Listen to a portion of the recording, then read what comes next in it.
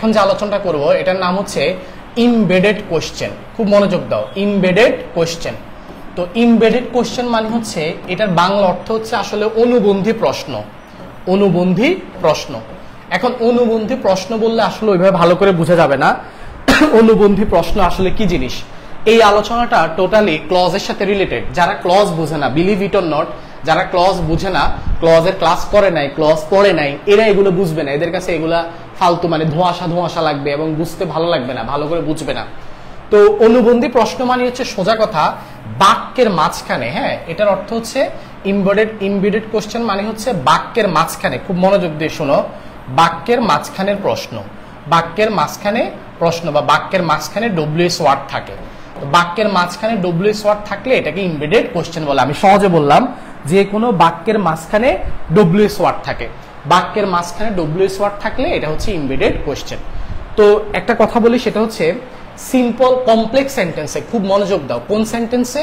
Complex সেন্টেন্সে। যেহেতু আমরা কমপ্লেক্স নিয়ে কথা বলছি, এই জন্য কমপ্লেক্স সেন্টেন্সে মনে রাখবা, কমপ্লেক্স সেন্টেন্সে যে সাবঅর্ডিনেট ক্লজটা আছে, সাবঅর্ডিনেট ক্লজ, এই সাবঅর্ডিনেট ক্লজের গঠন হবে, হ্যাঁ, সাবঅর্ডিনেট ক্লজের গঠনটা কেমন হবে এটা মাথায় রাখতে হবে। প্রথমে ডব্লিউএস ওয়ার্ড, এরপরে আসবে সাবজেক্ট, এরপরে আসবে ভার্ব। এটা একটু মাথায় ঢোকাও। কমপ্লেক্স সেন্টেন্স, আমি আবারও বলি, যে বাক্যটা কমপ্লেক্স সেন্টেন্সে হচ্ছে দুইটা ক্লজ, একটা প্রিন্সিপাল ক্লজ আর একটা সাবঅর্ডিনেট ক্লজ। এই যে যেটা সাবঅর্ডিনেট ক্লজ, এটাতে ডব্লিউএস ওয়ার্ডের পরে আগে সাবজেক্ট আসবে, পরে ভার্ব আসবে। তুমি যদি এরকম লেখো, ডব্লিউএস ওয়ার্ডের পরে আগে ভার্ব লিখো, পরে সাবজেক্ট লিখো, তাহলে এটা ভুল হবে। ভুল ভুল ভুল। ডব্লিউএস ওয়ার্ডের পরে আগে ভার্ব, পরে সাবজেক্ট লিখলে মারাত্মক ভুল। আগে ভার্ব, পরে সাবজেক্ট ডব্লিউএস ওয়ার্ডের পরে লেখা যাবে না। মনে রাখতে হবে, ডব্লিউএস ওয়ার্ডের পরে আগে সাবজেক্ট লিখতে হবে, পরে ভার্ব লিখতে হবে। প্রথমে সাবজেক্ট, পরে ভার্ব, আগে ডব্লিউএস ওয়ার্ড, সাবজেক্ট, ভার্ব। যদি এরকম থাকে তাহলে এটা কারেক্ট। মনে রাখবা, ডব্লিউএস ওয়ার্ডের পরে আগে সাবজেক্ট, পরে ভার্ব থাকলে এটা কারেক্ট। আর যদি ডব্লিউএস ওয়ার্ডের পরে আগে ভার্ব, পরে সাবজেক্ট থাকে, তাহলে এটা ভুল। আগে সাবজেক্ট, পরে ভার্ব থাকা লাগবে। যেমন দেখো,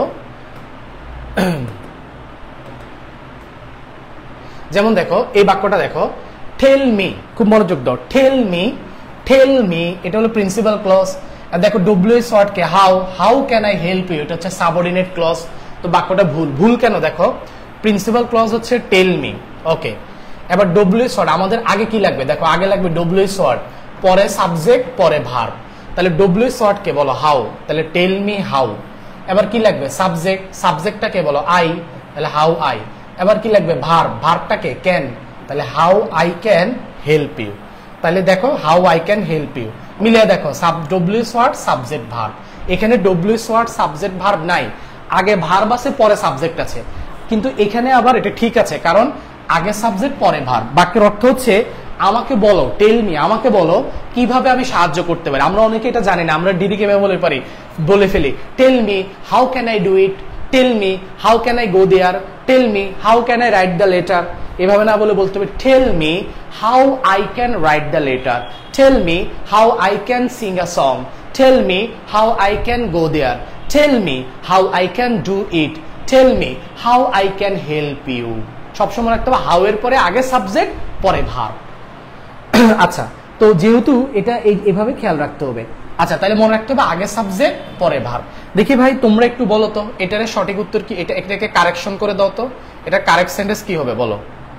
এই যে do you know who I am, এটাকে ঠিক করে দাও। Do you know who I am, তুমি কি জানো আমি কিডা, মানে আমি কে আর কি। তুমি কি জানো আমি কে? তুমি কি জানো আমি কেডা বা আমি কিডা? তুমি কি জানো আমি কে? Do you know who am I, ঠিক করে দাও, এটাকে কারেকশন করে দাও। Do you know who am I, লেখো, কমেন্টে লেখো, এটা কারেকশন কি হবে কমেন্টে লিখো।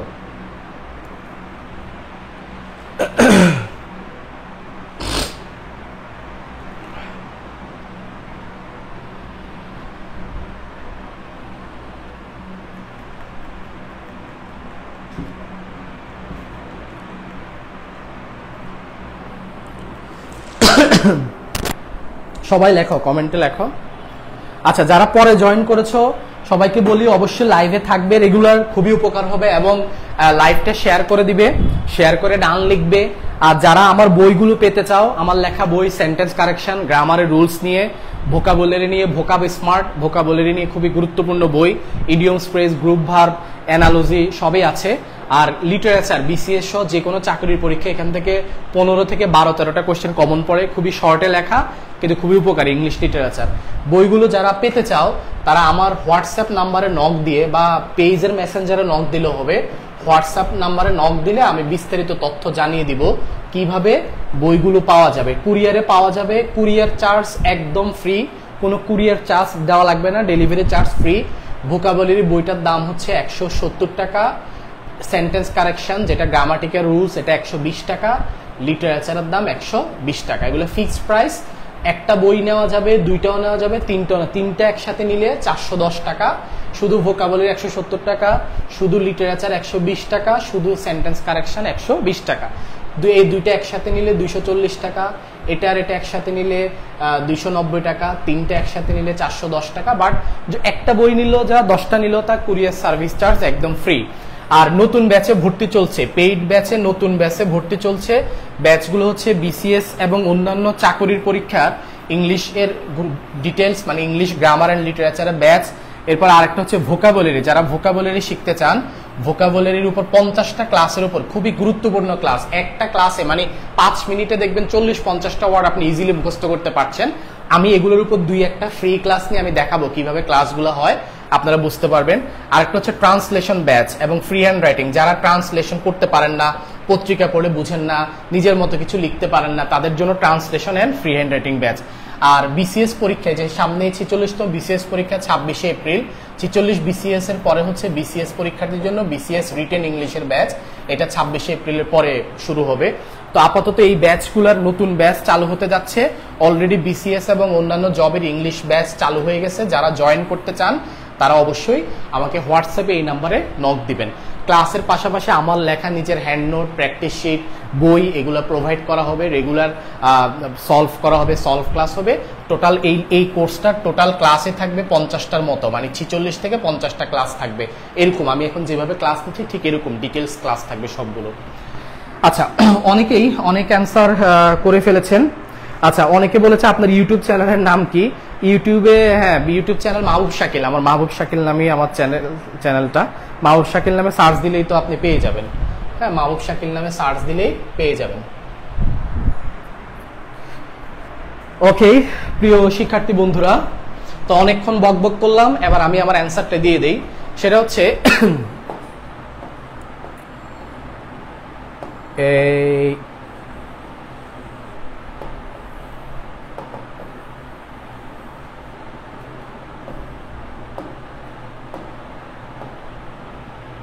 আচ্ছা, এবার অ্যান্সারটা দেখো। তাইলে দেখো, ডু ইউ নো, তাহলে প্রিন্সিপাল ক্লজকে বলো ডু ইউ নো। এবার ডু ইউ নো, এবার আমাদের এই যে হু আই অ্যাম, এটা সাবঅর্ডিনেট ক্লজ, তাহলে ডব্লিউএস ওয়ার্ড আগে লাগবে, এরপরে সাবজেক্ট, এরপরে ভার্ব। তাহলে দেখো সাবজেক্টটাকে বলো হু, হু এর পরে সাবজেক্টটাকে, সাবজেক্ট হচ্ছে আই, আর ভার্বটাকে বলো, ভার্বটা এম। তাহলে দেখো do you know who I am, তুমি কি জানো, তুমি কি জানো যে আমি কে? তাহলে do you know who am I না, do you know who I am. যারা এটা দিছো তাদেরকে অসংখ্য শত শত ধন্যবাদ, সবাইকে থ্যাঙ্কস থ্যাঙ্কস থ্যাঙ্কস। বেসিক থেকে পেইড ব্যাচ আমি যেভাবে পড়াই এটাই বেসিক, একদম বেসিক থেকেই পেইড ব্যাচ। পেইড ব্যাচ আবার অ্যাডভান্স বেসিক থেকেই, তো আপনি বেসিক উইক যাদের তাদের জন্যই তো বেসিক থেকে অ্যাডভান্স লেভেলের, একদম বলে না জিরো থেকে হিরো, এই জিরো থেকে হিরো ব্যাচ। যাই হোক, তো এখন দেখি এটা দেখো তো, এটা সলভ করো, এটা করে দাও। তোমরা যত করবা তত আমার মনে প্রশান্তি আসবে যে হ্যাঁ স্টুডেন্টরা পাচ্ছে। দেখো, do you know, I know what is your father. এখানে I know what is your father, আমি জানি তোমার বাবা কি করেন। I know what is your father, I know যেহেতু প্রিন্সিপাল ক্লজ, এই জন্য এখানে ফুল স্টপ হবে, এখানে একটা ফুল স্টপ হবে, প্রশ্নবোধক চিহ্ন হবে না। আই নো তো প্রিন্সিপাল ক্লজটা তো অ্যাসার্টিভ। দেখো, প্রিন্সিপাল ক্লজটা হচ্ছে অ্যাসার্টিভ সেন্টেন্স, প্রিন্সিপাল ক্লজটা অ্যাসার্টিভ, আর অ্যাসার্টিভ হওয়ার কারণে এখানে ফুল স্টপ হবে। I know what is your father, আমি জানি তোমার বাবা কি করেন। দেখি এটা সলভ করে দাও, এটা রাইট ফর্ম, মানে এটার সঠিক বাক্যটা কি হবে? I know what is your father, আমি জানি তোমার বাবা কি করেন।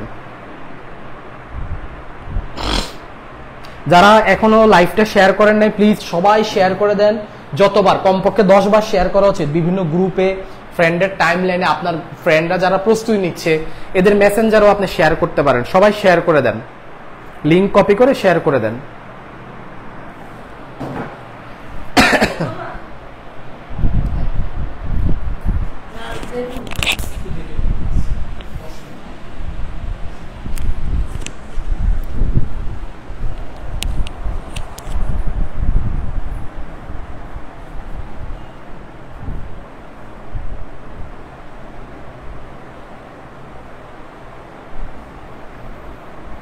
পেইড বেস একটা ক্লাস হয়েছে মাত্র, আবার নতুন পেইড বেস হবে ঈদের পরে। এখন এটাতে পয়েন্ট করতে পারেন, একটা ক্লাস হয়েছে মাত্র।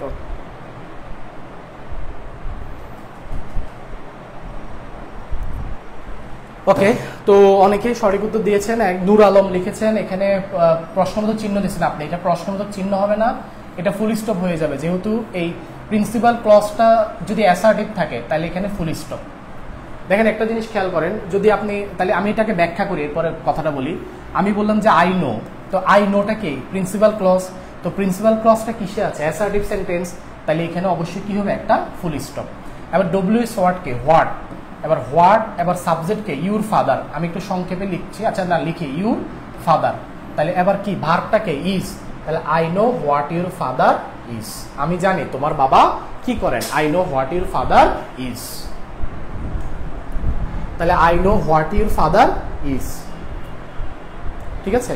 তাহলে I know what your father is. একটা কথা বলি, খুবই গুরুত্বপূর্ণ কথা, এটা একটু বোঝা দরকার। যেমন আমরা যদি এরকম বলি, দেখেন যদি এরকম বলি আই নো, আমি জানি তুমি কেমন আছো, বা আমি জানি তুমি কেমন আছো, বা আমি জানি তোমার বাবা কি করেন, তাহলে আই নো, আমি জানি তুমি কেমন আছো, আই নো হাউ, তাহলে দেখো how you are, I know how you are, তাহলে দেখো আই নো হচ্ছে অ্যাসার্টিভ, এই জন্য এখানে কি বসছে, ফুল স্টপ।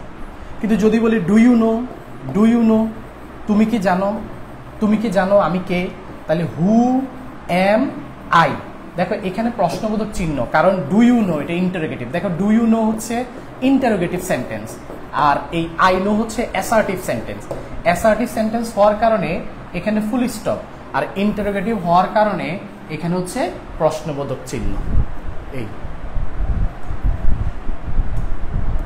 বলো ক্লিয়ার, কথা ক্লিয়ার হইলে কমেন্টে সি লেখো, সি মানে ক্লিয়ার, আমি বুঝতে পারছি। আবার ক্লিয়ার হয়ে মাথা থেকে চলে গেলে হবে না, মানে মাথায় আছে বাট বুঝতে পারছি, কমেন্টে সি লেখো, সি বুঝতে পারলে। এই যে ফুল স্টপ আর প্রশ্নবোধকের ব্যাপারটা বুঝতে পারছো কিনা, দেখো প্রশ্নবোধক বাক্য, যে এটা প্রশ্নবোধক আছে এই জন্য এটা প্রশ্নবোধক চিহ্ন, আর এটা অ্যাসার্টিভ এই জন্য এটা ফুল স্টপ।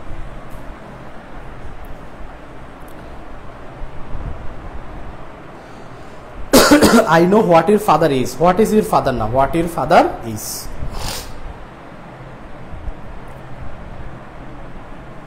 আচ্ছা, আরেকটা কথা ফাঁকে দিয়ে, আমি গতকাল বলেছি যে সকাল 6টায় লাইভ নিব, কিন্তু রমজান মাসে আসলে চিন্তা করে দেখলাম যে মানে সেহরি খাওয়ার পরে নামাজ পড়ার পরে আর মানে এনার্জি থাকে না অনেকের, সকাল 6টায় মানে এঙ্গেজমেন্ট খুবই কম হবে।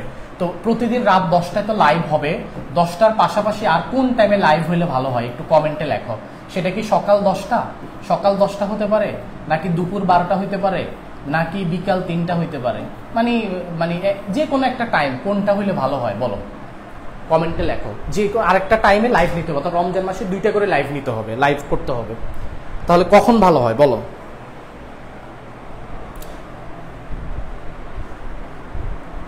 আচ্ছা, এটা হু এম আই হবে, হ্যাঁ ঠিক আছে, এটা হু এম আই না, ওই যে আমি ভুলটা লিখে ফেলছি, হু আই এম হবে, ঠিক আছে, হু আই এম। আচ্ছা, রমজান মাসে আর কোনটা হইলে ভালো হয়, কোন টাইম, 3টায়, একদম বলছে দুপুর 12টায়। আচ্ছা, ম্যাক্সিমাম কমেন্ট কয়টায় পরে, আমি সেই টাইমটা নিব, ম্যাক্সিমাম মানুষ কয়টায় বলেন দেখেন।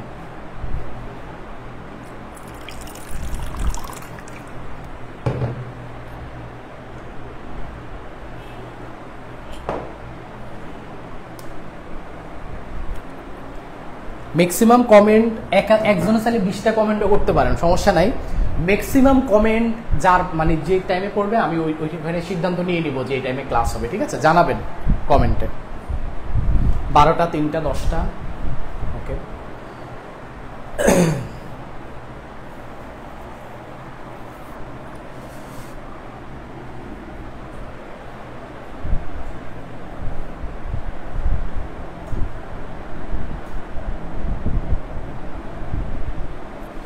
আচ্ছা ওকে, তো আমি দেখলাম ম্যাক্সিমামই 12টা 3টা এটা বলছে, সকাল 10টাও বলছে। বাংলা ব্যাকরণ এটা খুঁজে দেখতে হবে, এটার মানে হচ্ছে অনুবন্ধী প্রশ্ন। নূর আলম এমবেডেড মানে হচ্ছে অনুবন্ধী প্রশ্ন। বাংলা ব্যাকরণে স্ট্রাকচার চেঞ্জ হয় না আর কি। যেমন বাংলা ব্যাকরণে যদি এরকম বলেন, আমি একটু, যেমন বাংলা ব্যাকরণে এরকম আমরা বলি না, তুমি কেমন আছো, তুমি কেমন আছো, কেমন আছো তুমি, তাহলে আমরা কি বলি, হাউ আর ইউ। ওকে, কিন্তু আমরা যদি এরকম বলি যে আমি জানি তুমি কেমন আছো, তখন আমি জানি তুমি কেমন আছো, তখন এরকম হয়ে যাবে I know how are you. এটা হাউ আর ইউ না, হাউ ইউ আর হয়ে যাবে, কারণ ওই যে ইমবেডেড কোশ্চেন। দেখছেন বাংলায় কিন্তু চেঞ্জ হয় না, তুমি কেমন আছো এখানে প্রশ্নবোধক চিহ্ন, আর আমি জানি তুমি কেমন আছো এটা দাঁড়ি। তাহলে এটার ট্রান্সলেশন হয়ে যাবে I know how you are, কারণ এটা ইমবেডেড কোশ্চেন।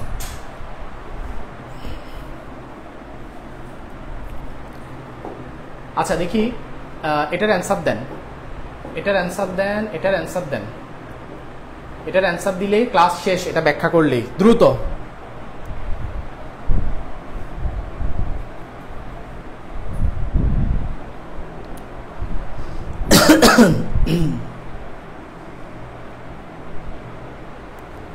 বলেন, বাক্যের অর্থ হচ্ছে হোয়ার ডাজ হি লিভ, মানে এটা হচ্ছে ক্যান ইউ টেল মি, তুমি কি বলতে পারো সে কোথায় থাকে। তাহলে ক্যান ইউ টেল মি, তুমি কি বলতে পারো সে কোথায় থাকে।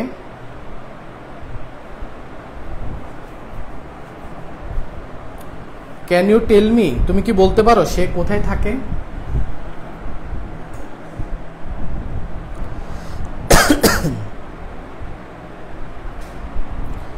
আচ্ছা, ওমর ফারুক বলেছেন C, golden text B, engineer Mahfuz C, Yuhid Adnan Mohiyan A, Nur Alam বলেছে, নূর আলম সঠিক উত্তর লিখে দেওয়ার চেষ্টা করছে। আচ্ছা, মুমু লিখেছে সি। ওকে, আর কেউ, মোহাম্মদ ইউজার সি চিপ, সে বলেছে C. Shakib Al Hasan C, Ranbir Das C, নয়ন রয় সি, মিজানুর রহমান পাবেল সি, নয়ন রয় সি, আকাশচন্দ্র শীল ওকে, সি এর পক্ষেই তো দেখি বেশি। মুর্শিদা মুন্নি সি। আচ্ছা, আমরা একটু দেখি কি হয়, সেটা হচ্ছে খুবই সহজ কথা। ক্যান ইউ টেল মি, খুব মনোযোগ দাও, ক্যান ইউ টেল মি, তুমি কি বলতে পারো। তাহলে আমাদের নিয়মটা কি ছিল, প্রথমে ডব্লিউএস ওয়ার্ড, এরপরে কি লাগবে সাবজেক্ট, এরপরে কি লাগবে ভার। তাহলে ডব্লিউএস ওয়ার্ড সাবজেক্ট ভার। তাহলে দেখো ডব্লিউএস ওয়ার্ড আছে, আগে ভার বাসে, দেখো আগে যদি ভার বাসে, এখানে আগে ভার বাসে, তাহলে আগে ভার বাসলে তো লাভ নাই। তাহলে আগে ভার বাসা মানে হচ্ছে এই অপশনটা বাদ, মুছে দিলাম। ওকে, যেহেতু আগে ভার বাসছে এই জন্য এটা বাদ। এবার দেখো B number option, WS word আছে, আগে ভার বাসে, এটাও বাদ, সব বাদ। আর থাকলো সি, দেখো ডব্লিউএস ওয়ার্ড আছে, সাবজেক্ট আছে, ভার্ব আছে, তাহলে সঠিক উত্তর সি। সি সঠিক উত্তর হওয়ার কথা, তাই না? কিন্তু আসলে সিও সঠিক উত্তর হবে না, সি এখানে ভুল, সম্পূর্ণ ভুল, কারণ সি এর এখানে ফুল স্টপ দেয়া, আর এখানে বলেছে ক্যান ইউ টেল মি, তুমি কি বলতে পারো। তাহলে এটা কিন্তু ক্যান ইউ টেল মি, এই জায়গাটা কিন্তু ইন্টারোগেটিভ মানে প্রশ্নবোধক। তো যেহেতু এই জায়গাটা যেহেতু প্রশ্নবোধক, তাইলে আমাদের এখানে একটা প্রশ্নবোধক চিহ্ন লাগবে। তো যেহেতু প্রশ্নবোধক চিহ্ন দেয় নাই, তাহলে প্রশ্নবোধক চিহ্ন হলো অপশন খুঁজতে হবে। তার মানে দেখো এখানে আসলে আমি বলতে চাচ্ছি যে সঠিক উত্তর হচ্ছে এই, দেখো এটা সঠিক উত্তর হচ্ছে ডি, হোয়ার হি লিভস। এখানে একটা প্রশ্নবোধক চিহ্ন দিতে হবে, হোয়ার হি লিভস। এই কথা কি ক্লিয়ার? ওকে, ওকে হইলে ওকে লিখো, ওকে।